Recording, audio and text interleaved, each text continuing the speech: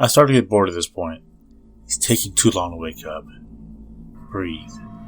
Just need to wait. I started looking around his house. There are pictures of himself everywhere. I understand people love themselves, but damn, this is a bit much. I hear moans, and I knew it was about time.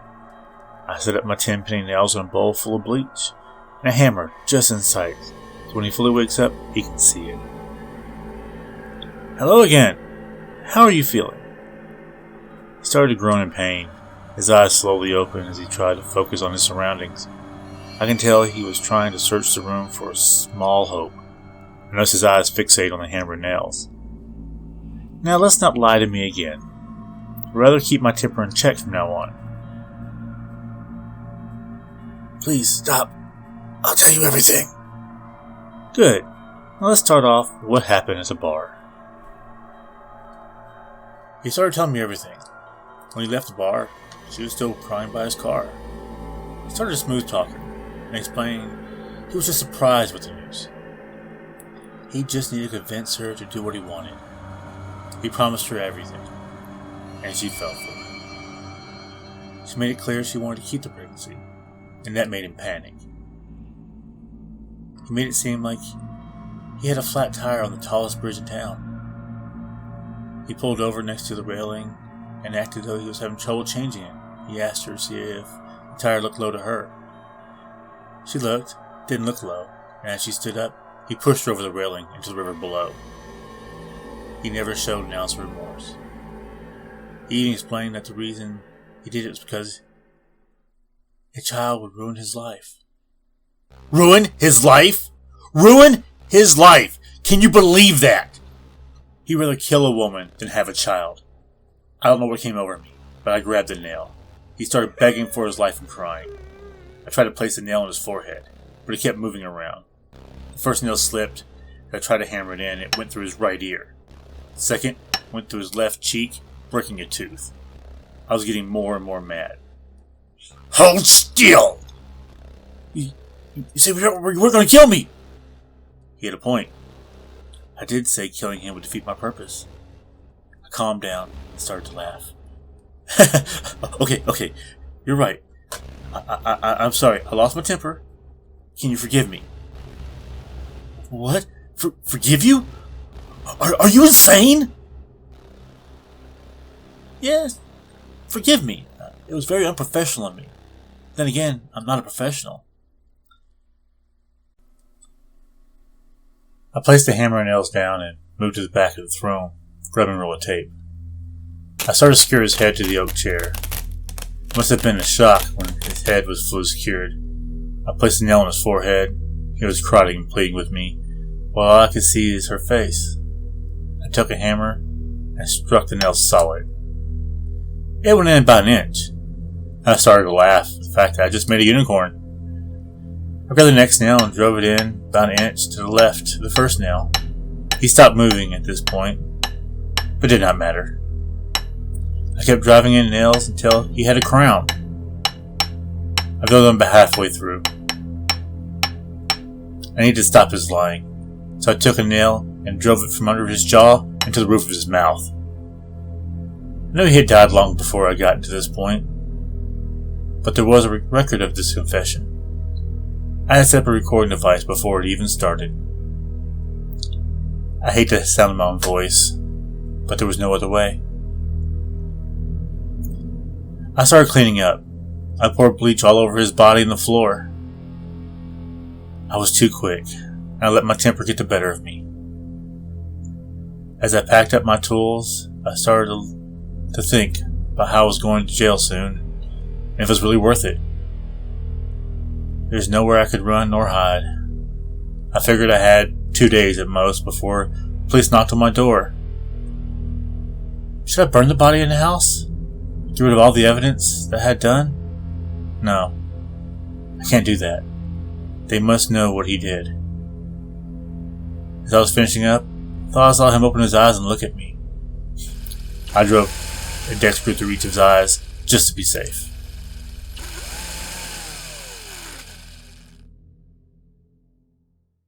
Over the next few days, news reports came rolling in. Hello and welcome to your nightly news. Local neighborhood rocked by horrific murder. Police are looking for suspect. Welcome to Nightly News, April 14th. Confession killer is still on the loose. As more... 20th April. I'm not in jail. I don't know why. I'm not a criminal genius, and the police are not incompetent. I did read on the front page about the confession he had made, and they are looking for anyone who has information. The guilt is burning a hole in me. Every time I close my eyes, I can see the act replay in my mind. Every second, every word replays like a slow looping movie. I cannot take it anymore. I failed. There is no doubt about that. This was not justice, nor revenge. It was a failure.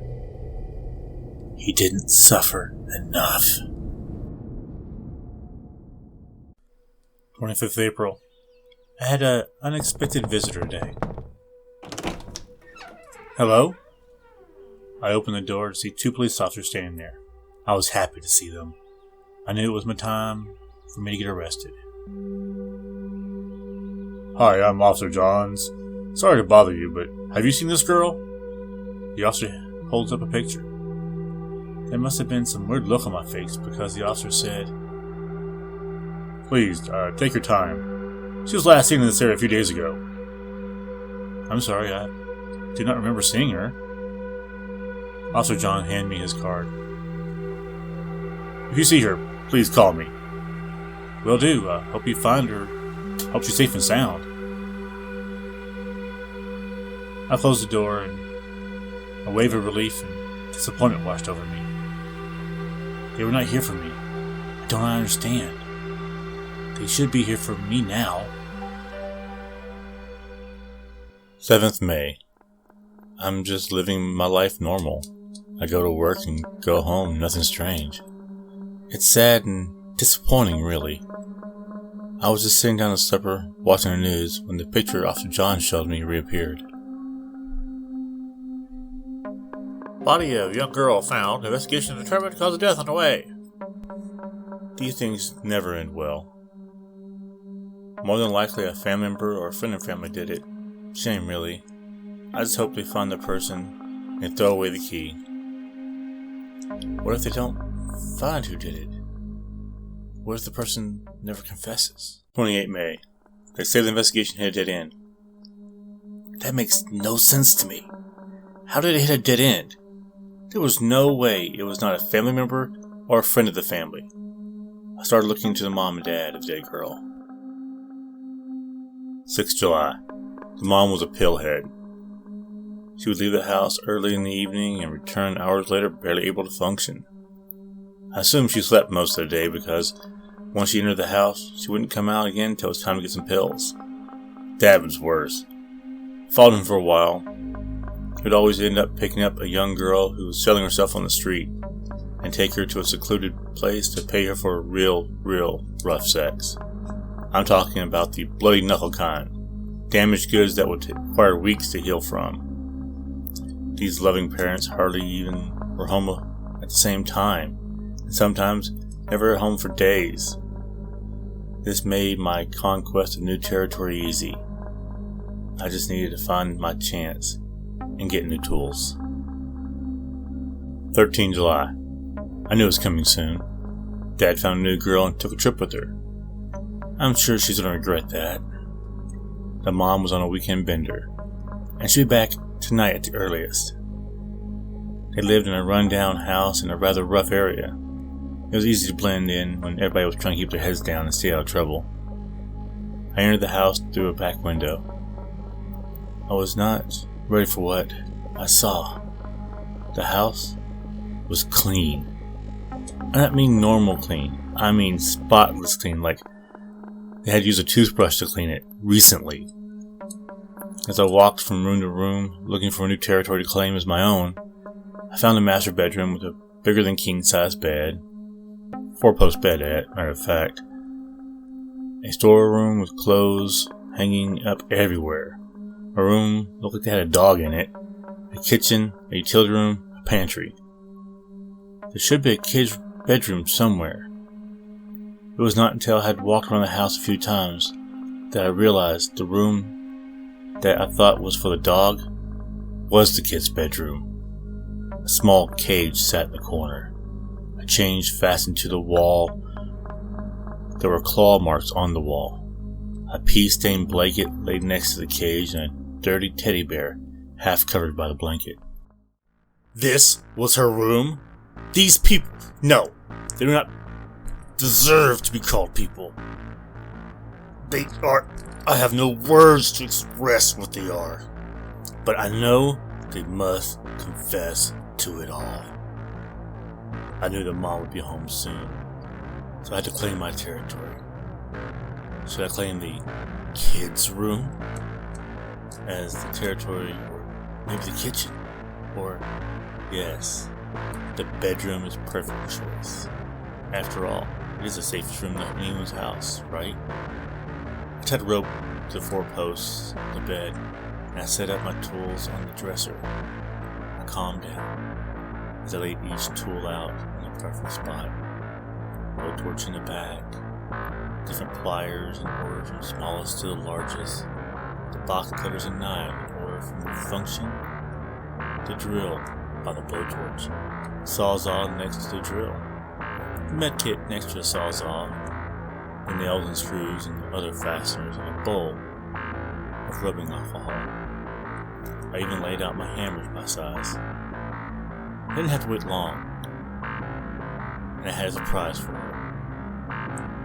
All you must do is mix. You can make homemade chloroform. She walked into the house completely zoned and high. She even put up a fight. She just went limp in my arms. She woke up tied to the bed. She tried to speak, but the gag I placed in her mouth kept her silent. Hello! I'm glad you didn't keep me waiting very long. I'm going to tell you the rules, and I want you to know if you break them, I will give you a punishment. Now, do you understand? I'll take that as a yes. Now, I'm going to remove the gag. If you yell, I will make you regret it. I start to remove the gag. I gag her back. So this is how we're going to start. I pass my hand over my tools, keep looking for the perfect one.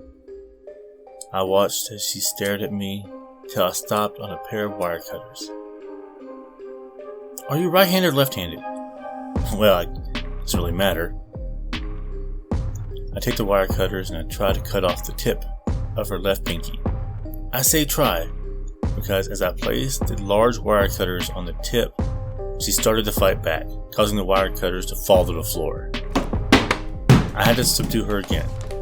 The ropes were just not enough. I had to tie her arms and legs better. I secured her knees and elbows to the bed frame.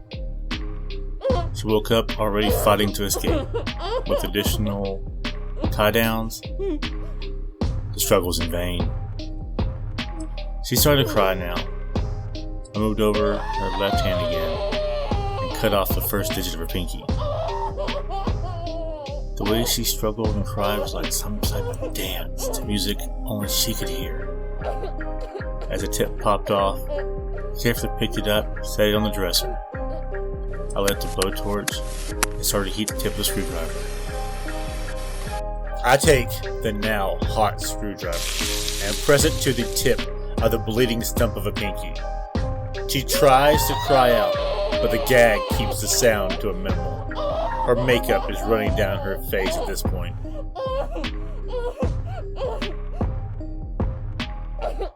That was rather unpleasant, wasn't it? Now do you understand the situation? She nods as I remove her gag.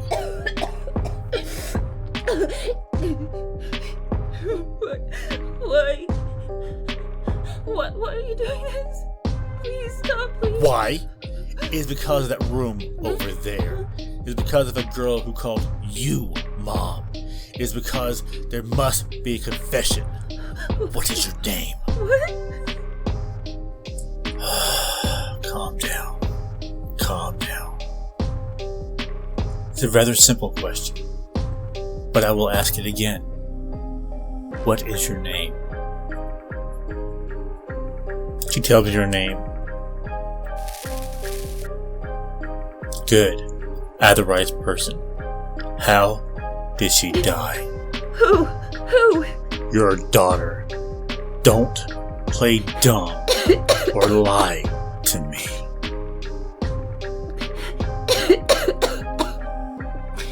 I don't know, I swear the police haven't found anything yet. That really is a shame, now isn't it? I moved to the dresser, shaking my head.